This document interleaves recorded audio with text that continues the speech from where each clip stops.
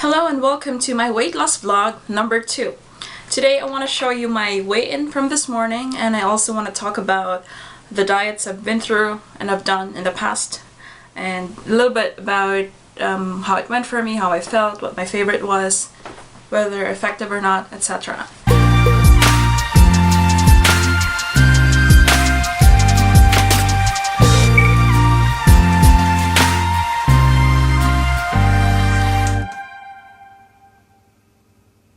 So if I think back, I think the first diet I ever did was was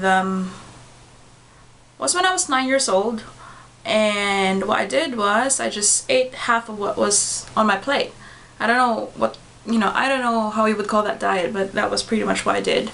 I was quite pudgy during my adolescent years, and I only started slimming down when I reached my early teens. Yeah, and then it kind of escalated towards my late teens, and then from then on it was just it just got bad. It just got really worse. So there's that, and then I'm looking at my list because I do have quite a few and I don't remember them all off the top of my head. So I also in my late teens I did Slim Fast. Yeah, I don't even remember if that was effective. I was just so disgusted by it because I didn't like the taste. I didn't like the idea of drinking something instead of eating in general, so I don't know. I don't think it worked. I'd just say it didn't work for me. I didn't like the taste. It wasn't tasty. Didn't bring me anything. No.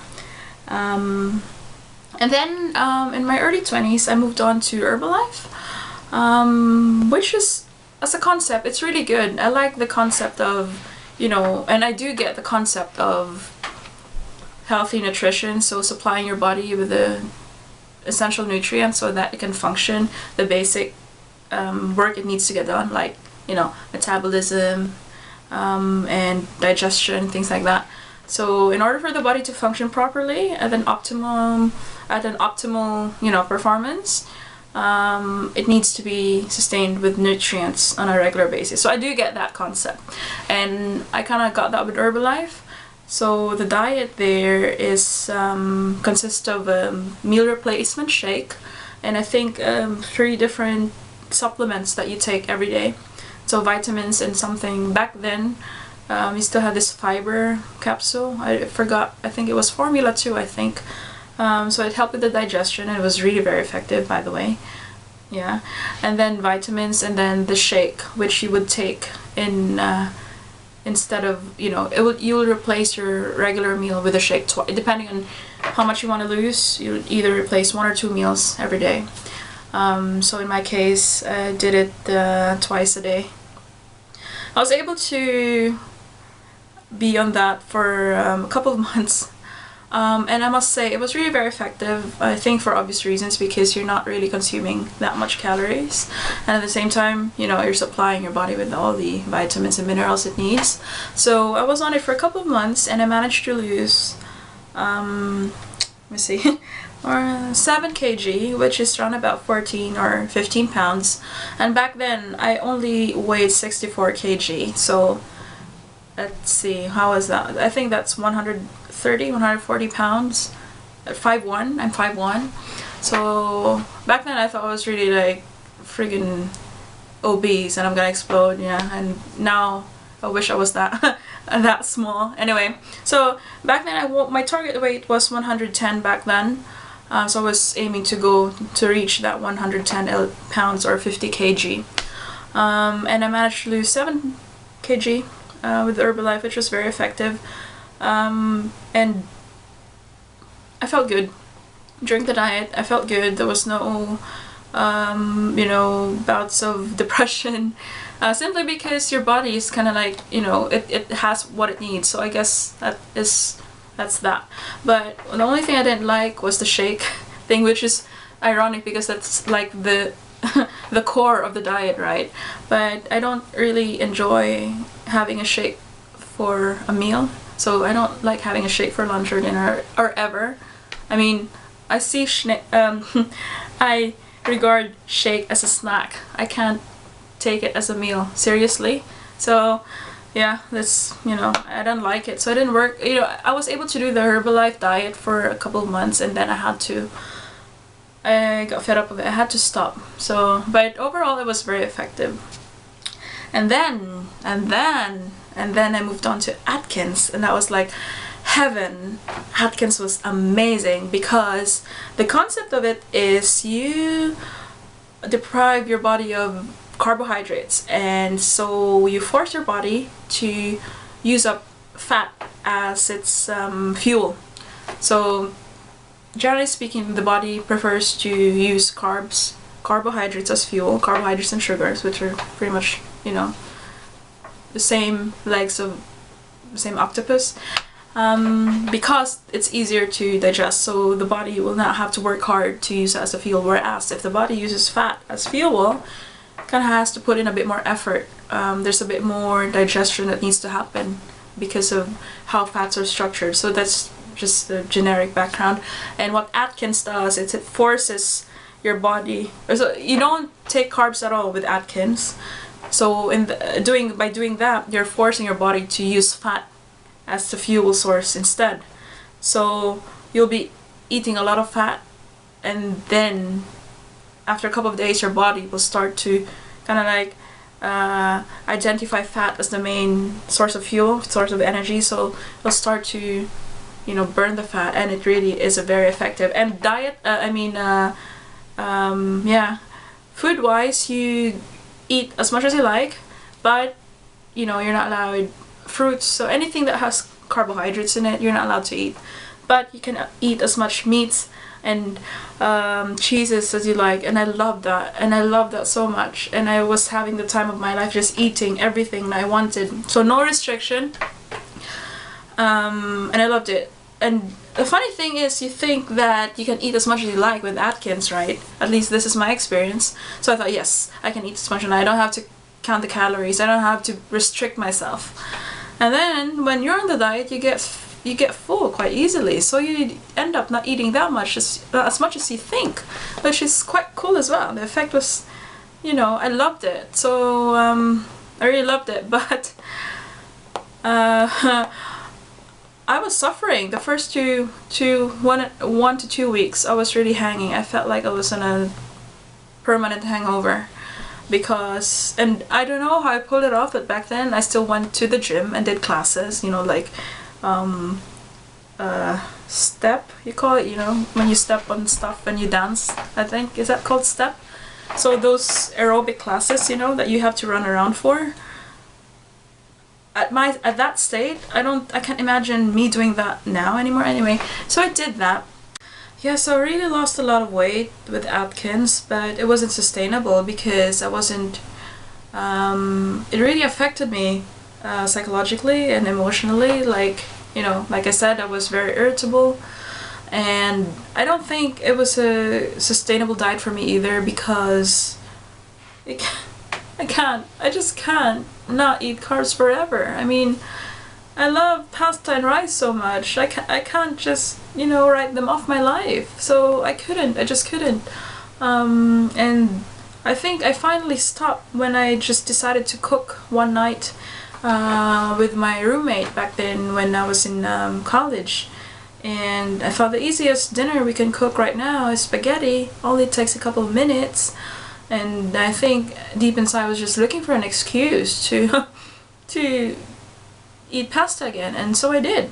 And then, yeah, that's it. And then I was eating normally again. And then I kind of did like a half-assed version of Atkins. Well, not half-assed, but a light version of Atkins, which is the South Beach diet. It's similar to Atkins, except I think it allows you to consume fruits and vegetables, which is very good, you know. I did that for a couple of weeks, max. But I bought the book and managed to read the first 3 pages of it, and didn't get around to finishing the rest. It's still there on my shelf. I can't even sell it on freaking eBay. I'm stuck with it. I can't get rid of it. I don't know. I just didn't follow through on that one. And then what do we have next? And then I became a vegan. Yes, I became a vegan. yeah, that was really outrageous. I have never thought that I would be vegan ever, because I love meat. I love pork, you know. But I was reading the reason for that though, me deciding to become vegan, was not because of it was not because I wanted to lose weight, but it was more because I kind of got suckered into a book. You know, I was there just browsing through the bookstore, and I saw this book called The Skinny Bitch, and you know, book about weight loss, and I thought, okay, that sounds interesting. Who doesn't want to be skinny, right? So I just bought the book without, you know, reading the backside of it, like, what do you call that, the summary or the synopsis, or what? Is that what you call it?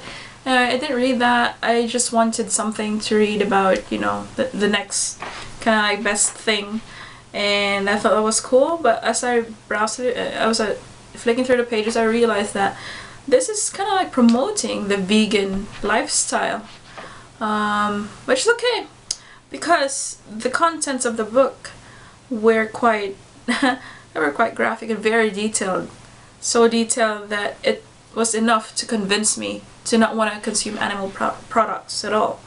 So yeah, and after reading the last page of the book, I went to Burger King just to convince myself that I don't like meat anymore. I went to Burger King. I mean, go figure, right? I can't explain why I did that, but that was my thinking back then. So I went to Burger King. I ordered I think they had this chicken wings, I think something chicken. So there was the chicken I bought from Burger King, and I ate it. As I started to take the first bite, I realized it wasn't, you know, it was still a bit raw in the middle, and I instantly, you know, felt sick, and I said, this is it. This is, you know, I'm meant to be vegan. I'm not gonna eat anything from animals anymore. And so I managed to pull that off for a good, yeah, good 2-3 years. Yeah, it's amazing. Yeah.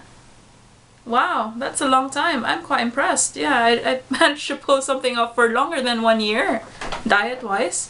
And then I think that was the time when I moved to London, because I lived in Germany before. And I'm gonna tell you a bit of my life story in a separate video, but that was when I moved to London. And in London, I struggled to keep it up. I mean, it's weird, because it's not like they, you know, you lack anything here. You get everything here in London, but because of the move and because I was restricted, I didn't have, you know, the kitchen that I used to have back home in Germany. I wasn't, you know, I kind of like, I went back to the more convenient foods, pasta. yeah, finally found my way back to pasta again. So, wait, no, that could be still vegan though. I mean, sorry, yeah, pasta, but with cheese, yeah. So, I was still not consuming meat, but I switched from being vegan to being vegetarian. So that was for another, yeah, good 2-3 years. I pulled that off, and I felt great. But again, this is the decision of being like that, of being vegetarian, was not related to weight loss at all. And I was still fat. I was still fat. Like, I was still overweight. I was at least 15 kg overweight, even though I was vegetarian or vegan. So 15 kg, 30 pounds, something like that. So it was visible, right? You had a few bulges here and there. Yeah, but that wasn't the point, you know, of me doing that anyway. But I'd still classify that as a diet. Anyway, so vegetarian, and then I slowly started to move towards being pescatarian. Yeah, you know, eating fish, but no red meats, no nothing else, just fish. Yeah, that was because we went to Greece for holidays, and you can't just not eat the fish they've got there. It's just amazing. It's fresh, you know, caught on the day, and the smell of it is just so delicious, and I couldn't say no. I just couldn't say no, so I had to try. And I thought, okay, I could do this. I could just carry on being pescatarian, and so I did. And then And then there was one point where I was thinking of whether I should go back to meat again, to eating meat again. I don't know the reason why. There was no, well, I think there was a trigger, but oh, yeah. Anyway, there was a good friend of mine who I really became close with, and then she had to move out of the country, so losing her, I think, I used that, I think, as a reason to do something different, yeah. So I thought, okay, I'll start eating meat again. That was 2013. Was it 2013? I think so, yeah. And so I've been back to regular diets again since 2013. Yeah, so I think the low carb diet is the one that's reasonable for me, and you know, it suits my lifestyle and everything. So I'm gonna go with that. And I'm not sure about cheat days, because I get that you know, it's good for the soul to have cheat days and stuff. And I did build in cheat days in my previous low carb diets. And my cheat days became cheat weeks. Cheat months, you know. So it's so hard to control. I know. Anyway, so I'm just trying to get back into that healthy eating again.